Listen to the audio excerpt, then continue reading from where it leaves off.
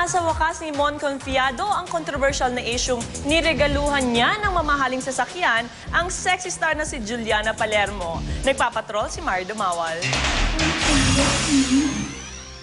Parang kailan lang nang naghimutok si Ines Veneracion sa breakup nila ni Mon dahil kay Juliana Palermo. Sinundan ng media ang issue mula sa bangayan ni Ines at Juliana at ang pagbigay umano ni Mon ng Toyota Fortuner kay Juliana. Ang latest sa masalimuot na kwento, nagkabalikan sina Ines at Mon kamakailan lang. Hanggat maaari talaga ayokong makihalo sa awayan ng dalawang babae.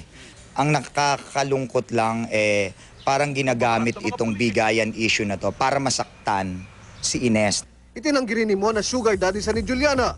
Tumulong lang daw siya nang hindi maaprobahan ng bangko ang car loan ng aktres. Kaya utang at hindi raw bigay ang sasakyan. Nagmagandang loob uli dahil during that time kami nga, sabi ko para ma-surprise siya sa birthday niya, ako na ang mag-aabono muna uli. Bukod doon, ang usapan namin, huhulugan niya pag nagka-pera siya o pag nagka-project siya. Unfair naman na ipagyabang mo o ipagmalaki mo na binigyan ka ng isang sasakyan kung hindi naman talaga totoo. Maliban sa tiwala, walang katibayan si Mon sa bilihan. Kaya ayaw na niya itong umabot sa legal na usapin. May tugon din si Mon sa umano'y sinabi ni Juliana na deserving sina Mon at Ines sa isa't isa.